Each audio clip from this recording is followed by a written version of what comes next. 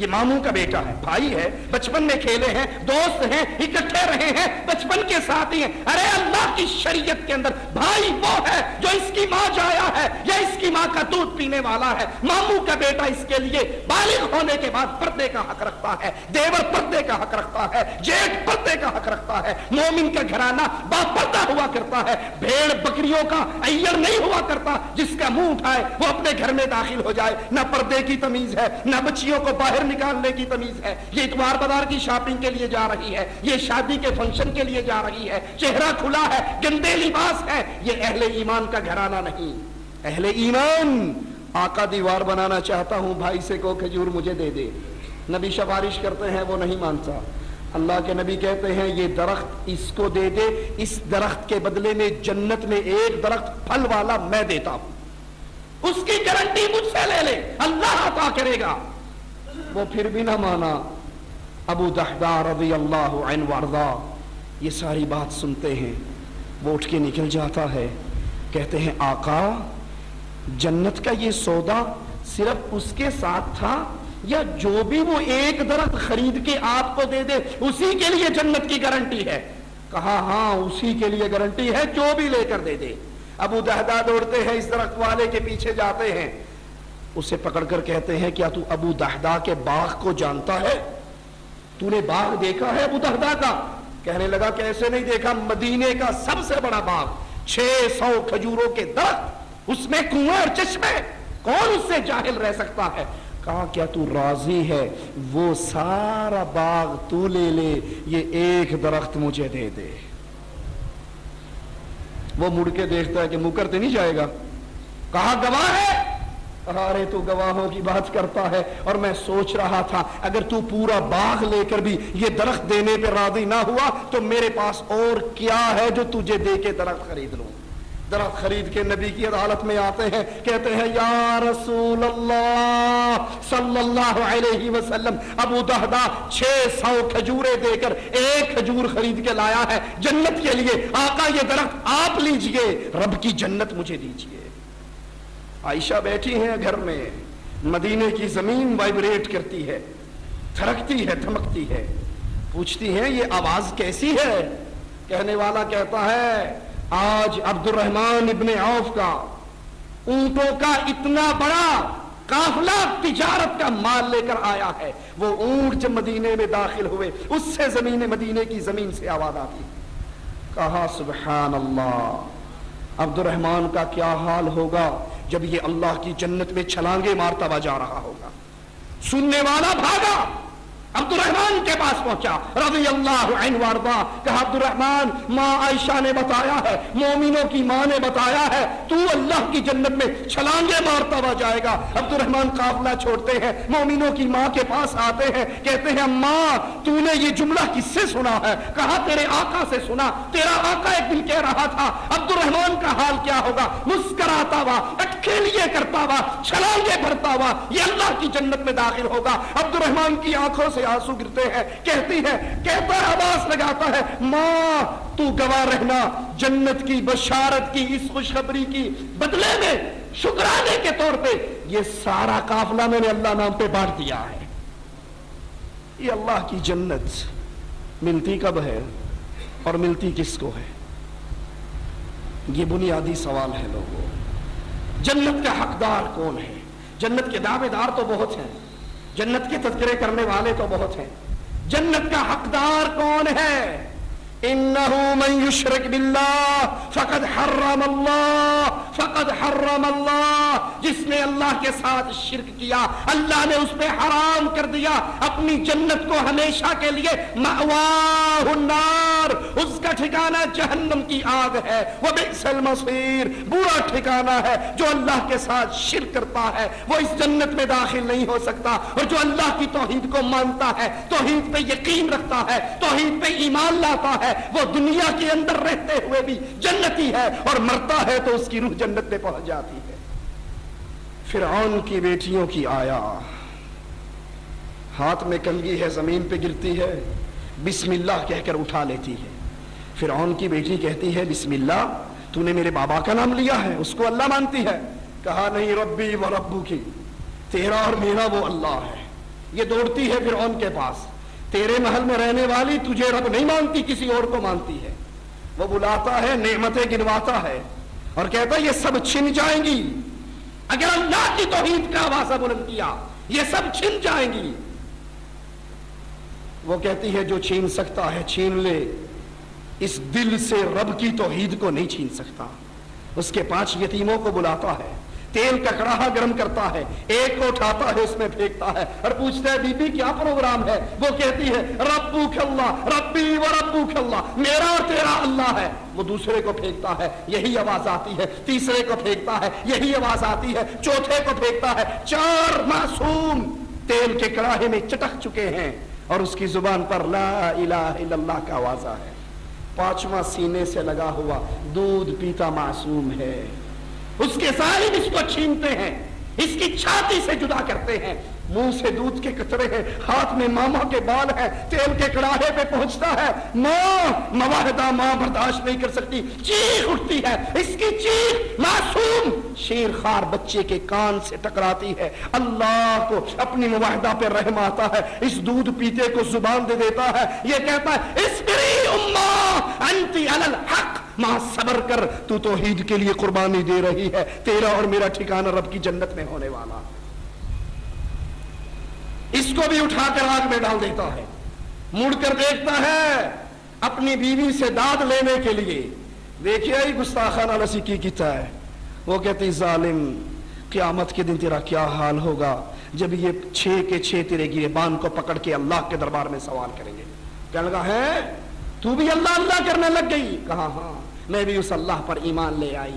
کہتا ہے یہ ساری نعمتیں چھین لوں گا، عذاب دوں گا۔ کہا جو تیرے جی میں آتا ہے کر گزر، جو میرے جی میں آیا ہے، میں نے رب کی توحید کو مانا ہے، میں رب کی توحید پہ کمپرومائز نہیں کر سکتی۔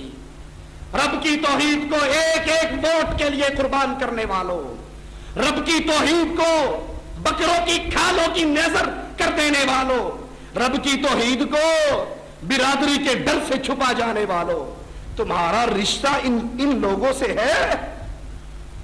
ہاتھوں میں میخے گاڑ دیتا ہے، جسم میں کیل گاڑتا ہے، درد بڑھتا ہے، آسمان والے کی طرف منہ کرتی ہے، کہتی ہے اللہ اس ظالم کا ظلم بڑھ گیا ہے، میرا گھر اپنی جنت میں بنا لے۔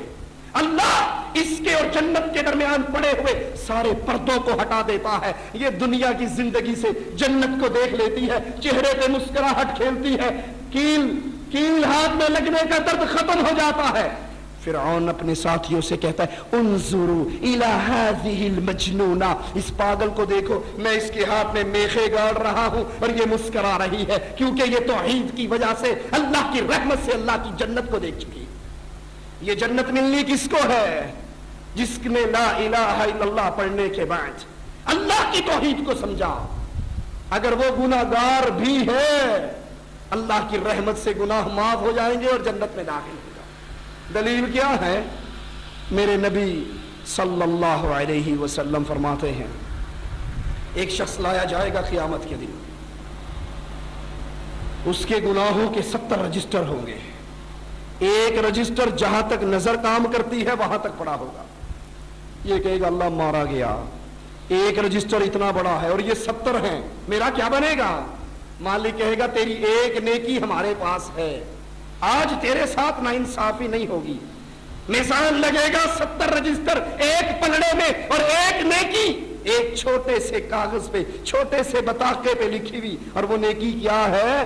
نماز پڑھتا تھا، روزے رکھتا تھا، حج کرتا تھا، زکات دیتا تھا، جہاد کرتا تھا، نہ جہاد کی نیکی، نہ نماز کی نیکی، نہ روزے کی نیکی، نہ حج کی نیکی، کیونکہ یہ حج تو مشرکین مکہ بھی کرتے تھے، زکات مشرکین مکہ بھی دیتے تھے، صدقہ ابو جہل بھی کر لیا کرتا تھا، قربانی ابو جہل بھی کر لیا کرتا تھا، روزے ابو جہل بھی رکھتا تھا، عمرہ ابو جہل بھی کرتا تھا، بیت اللہ کا طواف ابو جہل بھی کرتا تھا، بیت اللہ کی تعمیر ابو جہل بھی کرتا تھا، حاجیوں کی خدمت ابو جہل بھی کرتا تھا۔ یہ نیکی نہیں ہے، جب جب تک لا الہ الا اللہ ان نیکیوں کی بنیاد میں نہ آ جائے. لا الہ الا اللہ ہے تو نماز قبول, لا الہ الا اللہ ہے روزہ قبول, لا الہ الا اللہ ہے جہاد قبول. اور جو جہاد لا الہ الا اللہ کی بنیاد کو ہٹا کر کشمیر بنے گا پاکستان یا کسی اور ٹکڑے کے لیے لڑا جائے, رب محمد کی قسم وہ جہاد نہیں ہے, وہ نیکی نہیں ہے, کیونکہ اس کی بنیاد میں لا الہ الا اللہ نہیں.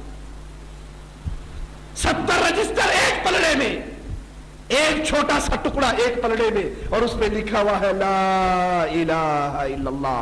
یہ بندہ مشرک نہیں تھا, یہ غیر اللہ کا پجاری نہیں تھا, یہ اللہ کے علاوہ کسی کو داتا نہیں کہتا تھا, گنج بخش نہیں مانتا تھا, غوث اعظم نہیں مانتا تھا, بری کرنے والا نہیں مانتا تھا, اولاد دینے والا نہیں مانتا تھا, رزق دینے والا نہیں مانتا تھا, خزانے دینے والا نہیں مانتا تھا, مشکل کشا, حاجت روا, غوث اعظم, غریب نواز, بندہ نواز, بندہ پرور, صرف ایک اللہ کو مانتا تھا, اللہ کے ساتھ کسی کو شریک نہیں کرتا تھا.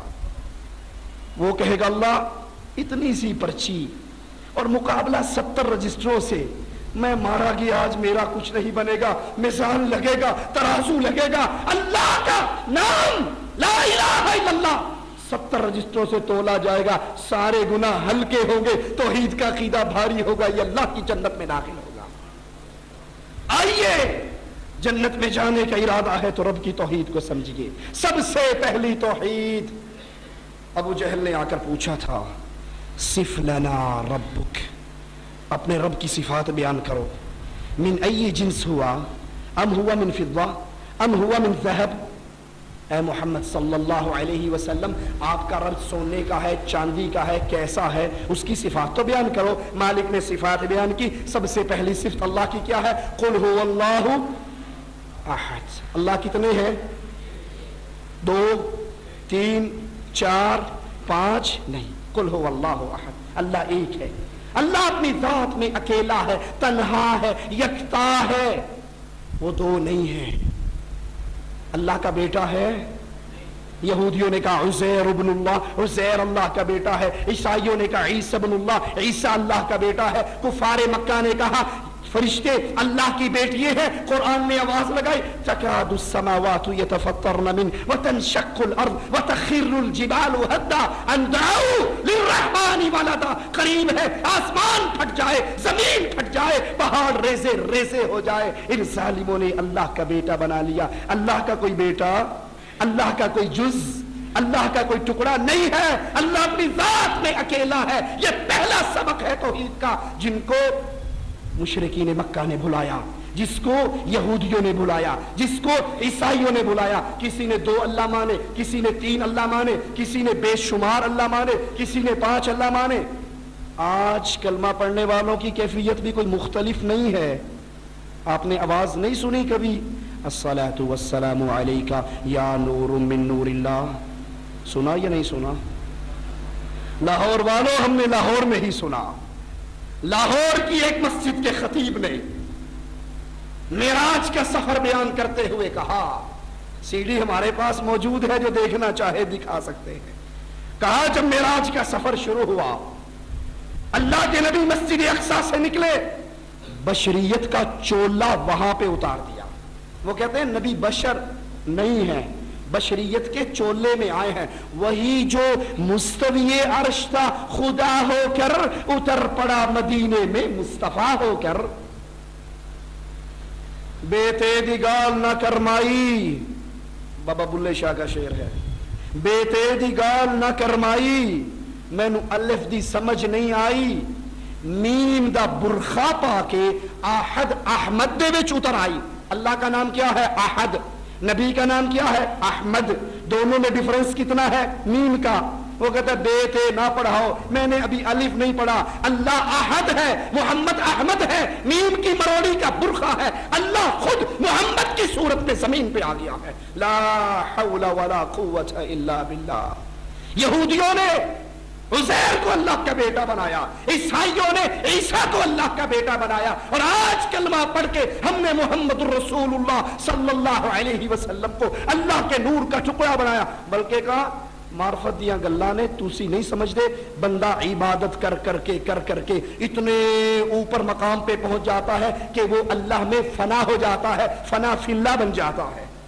کوئی اللہ میں فنا ہو سکتا؟ اللہ کسی میں حلول کر سکتا؟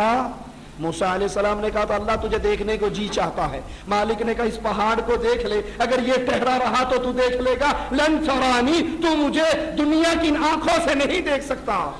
اور وہ کہتے ہیں عبادت کر کر کے بندہ خود اللہ بن جاتا ہے. جیسے منصور حلاج نے کہا تھا انا الحق, میں اللہ ہوں, میرے اندر اللہ آ چکا ہے. لا حول ولا قوت الا باللہ. یہ وہ بنیادی شرک ہے اللہ کی ذات میں. ہم نے اللہ کی ذات کو ایک نہیں رہنے دیا. وہ بریلوی مولوی صاحب لاہور کے طاہر القادری صاحب فرماتے ہیں جب اللہ کے نبی مسجد اقصی سے نکلے بشریت کا چولا یہاں اتار دیا, جب عرش پہ پہنچے نورانیت کا چولا یہاں اتار دیا. لاہور کے کا خطاب ہے. پھر خاموش ہو کے پوچھتے ہیں خود کہ بشریت ختم ہو گئی مسجد اقصی میں, نورانیت ختم ہو گئی عرش پہ, اب چلے ہیں لامکان کے لیے, اللہ کی ملاقات کے لیے. اب بشر بھی نہیں ہے, نور بھی نہیں ہے, پھر کیا ہے؟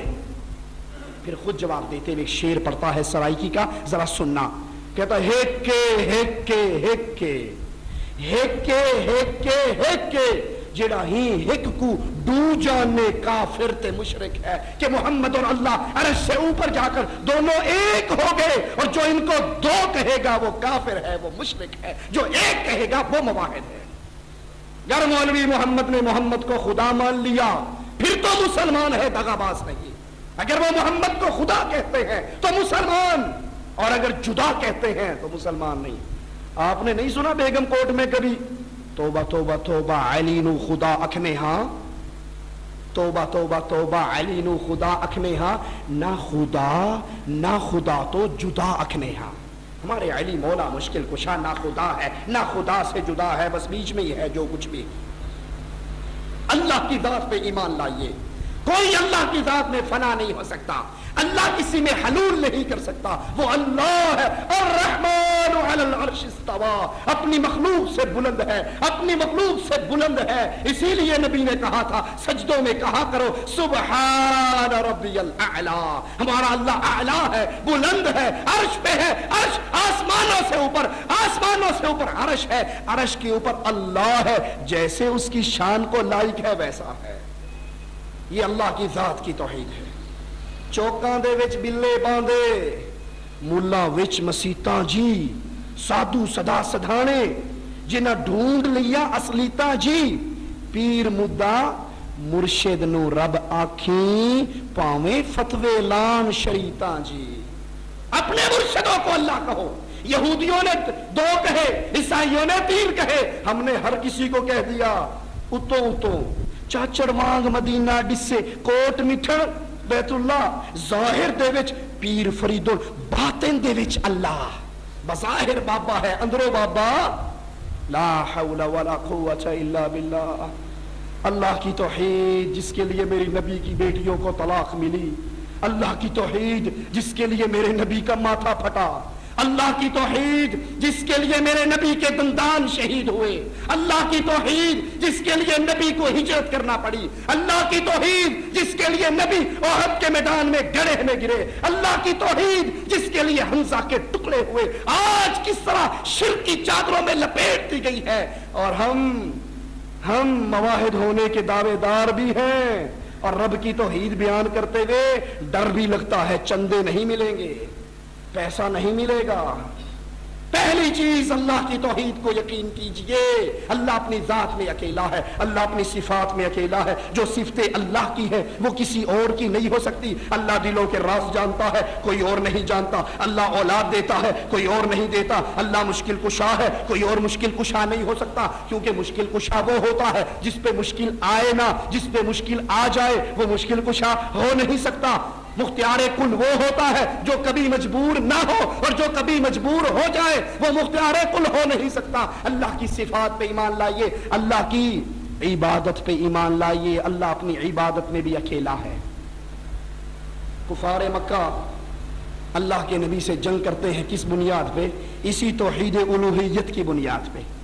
اسی توحید الوہیت کو کفار مکہ نے کیا کہہ کر انکار کیا؟ قرآن پڑھیے, اجعل الآلہۃ الہا واحدا ان ھذا لشیء عجاب۔ اے محمد صلی اللہ علیہ وسلم کتنی نئی بات لے کر آئے ہو، کتنی نئی دعوت لے کر آئے ہو۔ اجعل الآلہۃ الہا واحدا، اتنے سارے ہیں، یہ بری کرنے والا ہے، یہ مدد کرنے والا ہے، یہ کشتی پار لگانے والا ہے، یہ اولاد دینے والا ہے، یہ رزق دینے والا ہے، یہ انھیری چھوڑنے والا ہے، یہ بارش برسانے والا ہے، یہ شفا دینے والا ہے، یہ مقدموں سے نکالنے والا ہے، اور یہ فلاں ہے، یہ فلاں ہے۔ ان ساروں کو چھوڑ دیں، الہ واحدہ، صرف سارے کام ایک اللہ کے لیے مان لے۔ یہ بڑی عجیب دعوت ہے، ہم نے پہلے نہیں سنی، ہمارے بزرگوں نے نہیں سنائی، ہمارے مشائخ نے نہیں بتائی، ہمارے ائمہ نے نہیں بتائی، یہ تو نئی نئی باتیں ہیں، ہم ان نئی باتوں کو ماننے کے لیے تیار نہیں ہے۔ اور نبی نے کہا قولوا لا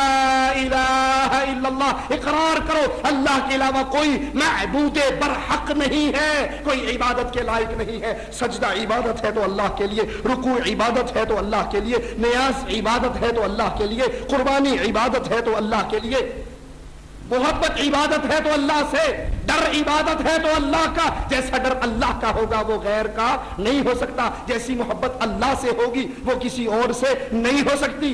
یہ ساری عبادت کی قسمیں ہیں، عبادت کی تمام قسمیں خاص ہے اللہ کے لیے۔ مانگنا ہے عبادت ہے، الدعاء هو العبادہ، نبی فرماتے ہیں مانگنا ہی تو عبادت ہے، مانگنا پکارنا ہی عبادت ہے۔ جب یا اللہ کہا اللہ کی عبادت ہے، اور اگر یا علی کہا تو علی کو پکارا، اس کی عبادت کی۔ عبادت کے لائق صرف اللہ ہے، تمام طرح کی عبادات میں اللہ کو خالص کیجیے۔ اسی طرح توحید حاکمیت ہے، سمجھیے اس کو، اللہ ہمارا حاکم اعلیٰ ہے۔ طاقت کا سرچشمہ کون ہے جی؟ طاقت کا سرچشمہ اللہ۔ آپ جمہوریت کو نہیں مانتے؟ جمہوریت میں تو ہے طاقت کا سرچشمہ عوام ہے، عوام طاقت کا سرچشمہ۔ عوام چاہے بی بی نو لے آوے چاہے بیبے نو لے آوے، وہ چاہے مرد کو لے آئے، عورت کو لے آئے، زنخے کو لے آئے، کوئی روک، کیونکہ عوام جو چاہے کرے، اپنے ووٹوں سے جس کو چاہے منتخب کر کے اسمبلیوں میں پہنچا دے۔ یہ ساری پاور عوام کے پاس ہے، عوام طاقت کا سرچشمہ ہے۔ جمہوریت کا پہلا سبق یاد کرنا عوام طاقت کا سرچشمہ، اور قرآن کا پہلا سبق یاد کرنا لہ الخلق، یہ ساری مخلوق کس کی ہے؟ اللہ کی۔ تو امر کس کا ہوگا؟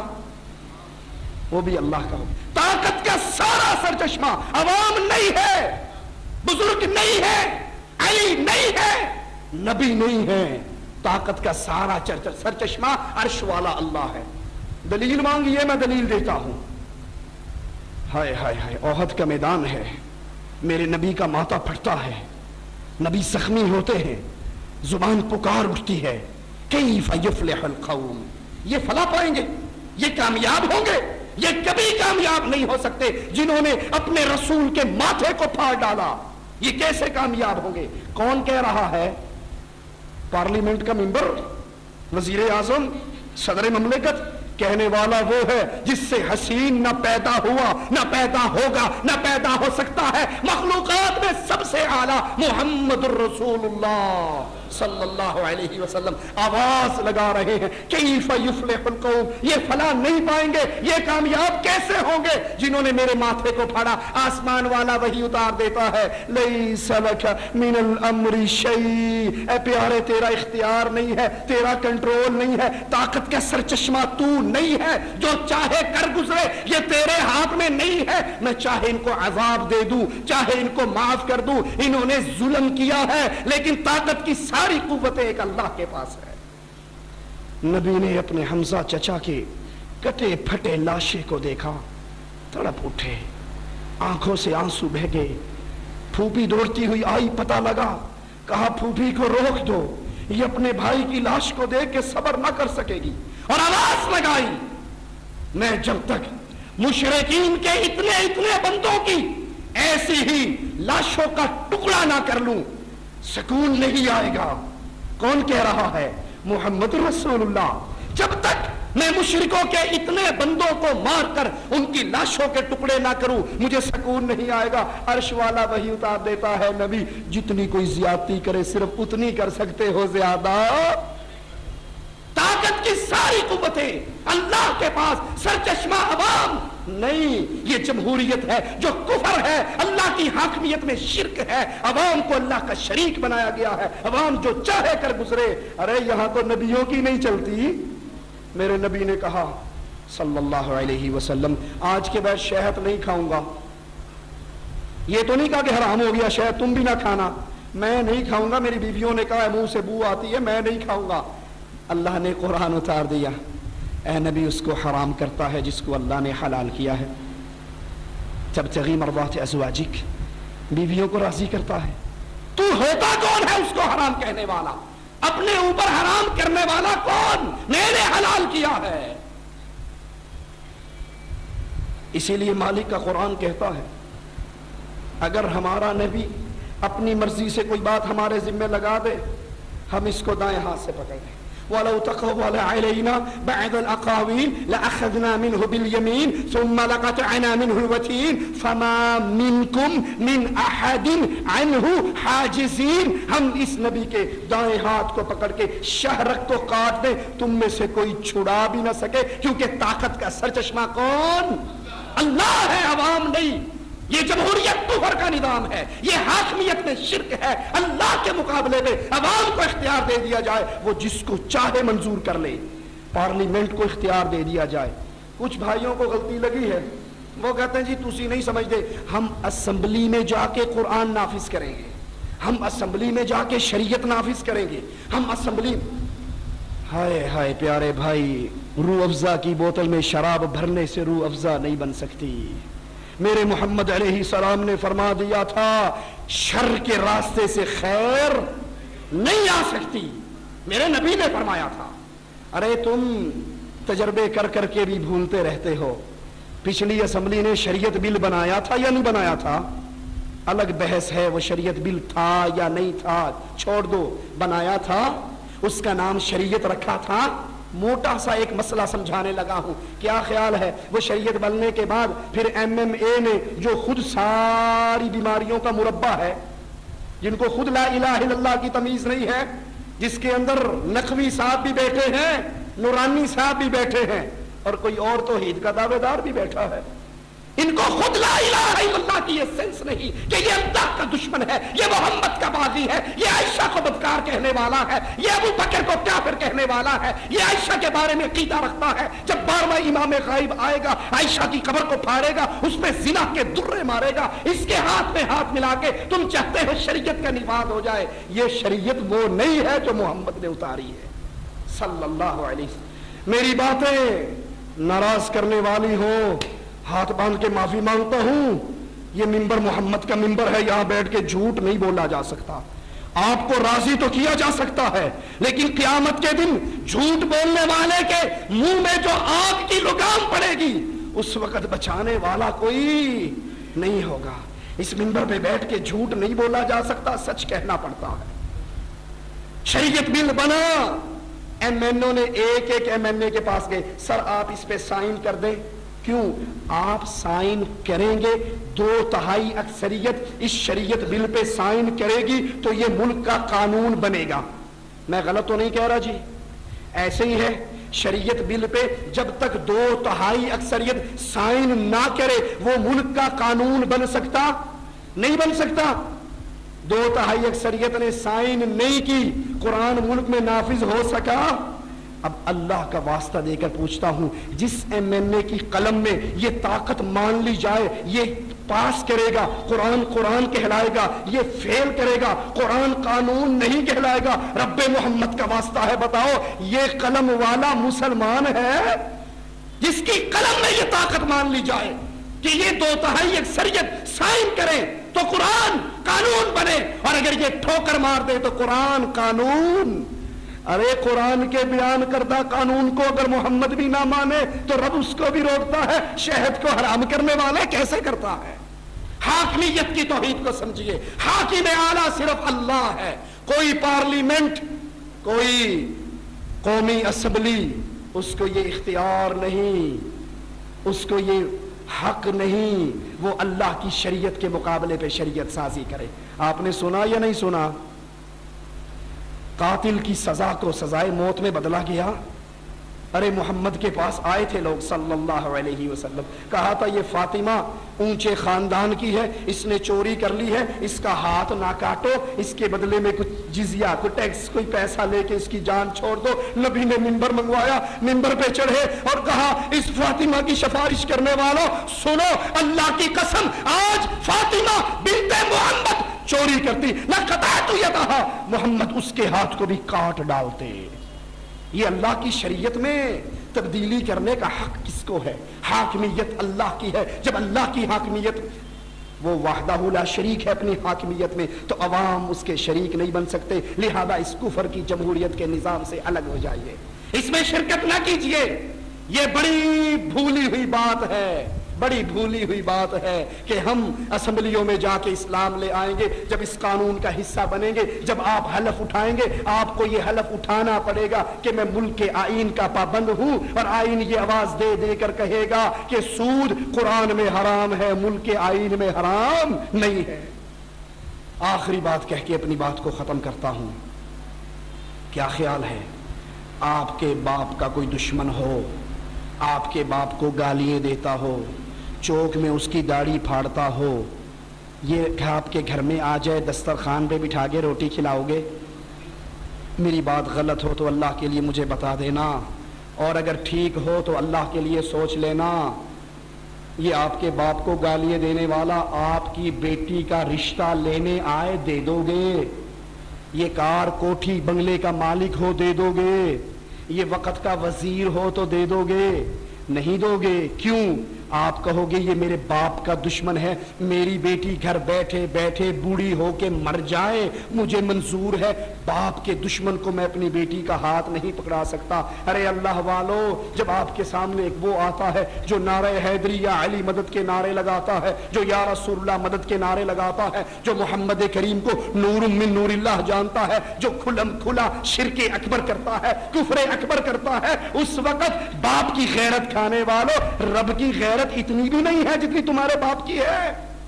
باپ کے دشمن کو تو گلے لگانے سے تیار نہیں ہوتے, لیکن اللہ کی توحید کا دشمن, اس کے ساتھ دوستی بھی ہے, اس کے ساتھ پیار بھی ہے, اس کو رشتے بھی دیے جا رہے ہیں, اس کے پیچھے نمازیں بھی پڑھی جا رہی ہیں, متحدہ مجلس عمل میں اس کی صدارت کو قبول بھی کیا جا رہا ہے, کشمیر کی لڑائی میں اس کی تنظیم کے سائے کے نیچے لڑا بھی جا رہا ہے. حرمت رسول کانفرنس کے موقع پر اس کو سٹیج پہ بٹھا کر اشتہار میں لکھا جاتا ہے یہ مذہبی قائد ہے ہمارا. آج سارے مذہبی قائدین اس میں آئیں گے اور وہ آواز لگاتا ہے تم ہمارے بھائی ہو, ہم تمہارے بھائی ہیں. ارے باپ کی غیرت کھانے والوں, رب کی غیرت اتنی بھی ہمارے پاس نہ رہی. قرآن کی آیات پہ غور کرنا. قد كانت لكم أسوة حسنة في إبراهيم والذين معه إذ قالوا لقومهم إنا براء منكم ومما تعبدون من دون الله كفرنا بكم وبدأ بيننا وبينكم العداوة والبغضاء حتى تؤمنوا بالله وحده. تمہارے لیے آئیڈیل ہے ابراہیم علیہ السلام کی زندگی اور اس کے مومن ساتھیوں کی زندگی. اذ قالوا لقومہم, جب انہوں نے اپنی قوم سے کہا تھا. کون سی قوم؟ جو غیر اللہ کو پوجتی تھی. کون سی قوم؟ جو بتوں کے سامنے سجدہ ریز ہوتی تھی. ارے اس جمہوریت کے کفر کی ایک اور دلیل ہے, جمہوریت وطنوں کی بنیاد پہ قوم بنایا کرتی ہے. کیا خیال ہے ہمارے ملک میں الیکشن ہو, انڈیا کا کوئی بندہ ووٹ کاسٹ کر سکتا ہے؟ کیوں؟ وہ ہماری قوم نہیں ہے. اچھا ہماری قوم کا ہو, بھلے عیسائی ہو, بھلے سکھ ہو, بھلے مشرک ہو, بھلے بے نماز ہو, وہ ووٹ کاسٹ کر سکتا ہے؟ جی کر سکتا ہے. کیوں؟ کیونکہ وہ ہماری قوم ہے. ارے یہ جمہوریت وطن کی بنیاد پہ قوم بناتی ہے اور محمد لا الہ الا اللہ کی بنیاد پہ قوم بناتے ہیں. عبد الرحمن نے کہا تھا بابا 3 مرتبہ تلوار اٹھی تھی, جب نظر نیچے پڑی تھی بابا تیرا چہرہ نظر آیا تھا, باپ سمجھتے ہوئے چھوڑ دیا تھا. باپ قوم تھی نا, اور یہ مومنوں کا امام. آواز لگاتا ہے عبد الرحمن شکر ادا کر اللہ کا, تیری گردن میری تلوار کے نیچے 1 مرتبہ بھی نہیں آئی, اور اگر 1 مرتبہ آ جاتی بیٹا نہ سمجھتا, قوم نہ سمجھتا, لطفہ نہ سمجھتا، محمد کا دشمن سمجھ کے کاٹ ڈالتا۔ جمہوریت پاکستانیت کی بنیاد پہ بات کرتی ہے، اسلام لا الہ الا اللہ کی بنیاد پہ بات کرتا ہے۔ جو لا الہ الا اللہ کو ماننے والا نہیں، وہ سگا بیٹا بھی ہوگا تو مومنوں کی قوم میں داخل نہیں ہو سکتا۔ اسی لیے بیٹے نے کہا تھا اپنے باپ سے، اگر تو نے قدم اٹھایا تو گردن کو کاٹ دوں گا۔ تو نے کہا تھا مدینے میں ذلیل نہیں آئیں گے، عزت والے آئیں گے، تو ذلیل ہے، محمد عزت والا۔ فرمایا تمہارے لیے آئیڈیل ہے ابراہیم کی زندگی اور اس کے ساتھیوں کی، جب انہوں نے اپنی قبر پرست قوم، شرک کرنے والی قوم سے کہا تھا انا براء منکم، ہم تم سے بری ہیں۔ جو بری ہوتا ہے بیٹیاں نہیں دیا کرتا، جو بری ہوتا ہے اس کو سیاسی مذہبی قائد نہیں مانا کرتا، جو بری ہوتا ہے وہ متحدہ مجلس عمل میں شریک نہیں ہوا کرتا، جو بری ہوتا ہے وہ جہاد کے نام پہ، حرمت رسول کے نام پہ، بن مار کی دشمنی کے نام پہ مشرکوں کے ہاتھ میں ہاتھ نہیں ڈالا کرتا۔ انا براء منکم، ہم تم سے بری ہیں، تم ہم سے بری ہو۔ ہماری تمہاری لڑائی، دشمنی، اختلاف، فساد، حتی تؤمنوا باللہ وحدہ، یہ لڑائی باقی رہے گی، یہ اختلاف باقی رہے گا، یہ فساد باقی رہے گا۔ کب تک؟ جب تک ہماری پارٹی میں نہ آ جاؤ، جب تک ہمارے ممبر شپ نہ فارم بھر لو، جب تک ہمیں قربانی کی کھالیں بھیجنی نہ شروع کر دو۔ حتی تؤمنوا باللہ وحدہ، اس وقت تک لڑائی ہے جب تک ایک اللہ کی توحید پہ ایمان نہ لے آؤ۔ جو شرک کرتا ہے اس سے برات اہل ایمان پر ضروری ہے۔ اللہ سے دعا ہے اللہ ہمیں توحید کا فہم عطا فرمائے، اللہ توحید کے مطابق زندگی گزارنے کی توفیق عطا فرمائے، اللہ یہ توحید کا رنگ ہماری زندگی کے اندر نظر آئے، صرف زبان سے یہ کہتے ہوئے نظر نہ آئے ہم اللہ کو داتا کہتے ہیں، ہم اللہ کو مشکل کشا کہتے ہیں۔ جب مشرک سے ہمارا پالنا پڑے تو پتہ لگے یہ شیطان کی پارٹی ہے، یہ رحمان کی پارٹی ہے، ان کی آپس میں دوستیاں نہیں ہو سکتی، محبتیں نہیں ہو سکتی، اتحاد اور اتفاق نہیں ہو سکتا۔ ارے جنگ بدر میں جا رہے تھے رسول اللہ صلی اللہ علیہ وسلم، تھوڑے سے افراد تھے، مقابلہ بڑا مضبوط تھا۔ ایک نے آ کر کہا میں آپ کی مدد کرنا چاہتا ہوں۔ آپ نے ایک ہی سوال پوچھا، میری مدد کے لیے آنے والے کیا تو لا الہ الا اللہ کو تسلیم کرتا ہے؟ اس نے کہا نہیں، میں تو لات و منات کے مذہب پر ہوں، میں لا الہ الا اللہ کو نہیں مانتا۔ پیارے حبیب نے کہا اے قربانی کی کھالوں کے لیے توحید کو بھلا دینے والوں، اے ووٹوں کے لیے توحید کو بھلا دینے والوں، اے نواز شریف کی محبت میں توحید کو قربان کر دینے والوں، اس آدمی کے لیے اللہ کی توحید کو پیچھے رکھ دینے والوں، جنہوں نے شرک کے دھندوں کی سرپرستی کی ہے، جنہوں نے قبر پرستی کی سرپرستی کی ہے، جو شرک کی آبیاری کرتے ہیں۔ سنو میرے نبی تھوڑے سے ساتھیوں کے ساتھ ہیں، سامان بھی نہیں ہے، اسلحہ بھی نہیں ہے۔ مشرک کی بات سن کے جواب میں کہتے ہیں ارجع، بھاگ جا، ما استعین بالمشرک، میں مشرک سے مدد نہیں لیا کرتا۔ اللہ ہمیں ایسی سچی توحید عطا فرمائے، اور جب یہ توحید ہمیں مل جائے گی، اس پہ ایسے کاربند ہو جائیں گے تو پھر یاد کر لو فضائے بدر پیدا کر، فرشتے تیری نصرت کو اتر سکتے ہیں گردوں سے قطار اندر قطار۔ اب بھی اقول قولی ھذا واستغفر اللہ لی ولکم ولسائر المسلمین فاستغفروہ انہ هو الغفور الرحیم۔